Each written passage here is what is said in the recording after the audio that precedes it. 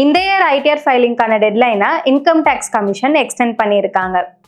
ஜூலை 31 இருந்ததை இப்போ செப்டம்பர் 15 வரைக்கும் ரிட்டர்ன்ஸை ஃபைல் பண்ணிக்கலான்னு எக்ஸ்டெண்ட் பண்ணியிருக்காங்க. டாக்ஸஸை பற்றின இந்த டாப்பிக்கில் உங்ககிட்ட ஒரு கொஷின் கேட்கணும். எப்போ நீங்கள் உங்களோட இன்வெஸ்ட்மெண்ட் ரிட்டர்னை கால்குலேட் பண்ணீங்க அண்ட் டாக்ஸ் பற்றி ஏதாச்சும் யோசிச்சிருக்கீங்களா? ஏன்னா நிறையா பேர் இந்த மாதிரி டைமில் டாக்ஸை பற்றி யோசிக்கிறது கிடையாது. நீங்கள் ஸ்டாக்ஸில் டைரெக்டாக இன்வெஸ்ட் பண்ணும்போது எப்போல்லாம் நீங்கள் உங்கள் ஸ்டாக்ஸை செல் பண்ணுறீங்களோ அப்போல்லாம் நீங்கள் டாக்ஸ் பே பண்ணணும்.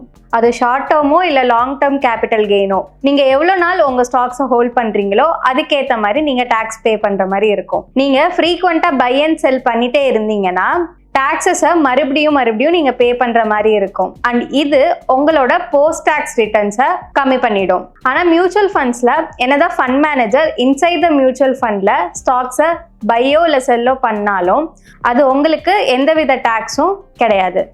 அதனால தான் டைரக்ட் ஸ்டாக் இன்வெஸ்டிங்கை விட மியூச்சுவல் ஃபண்ட் ரொம்பவே டாக்ஸ் எஃபிஷியண்ட்டாக இருக்குது.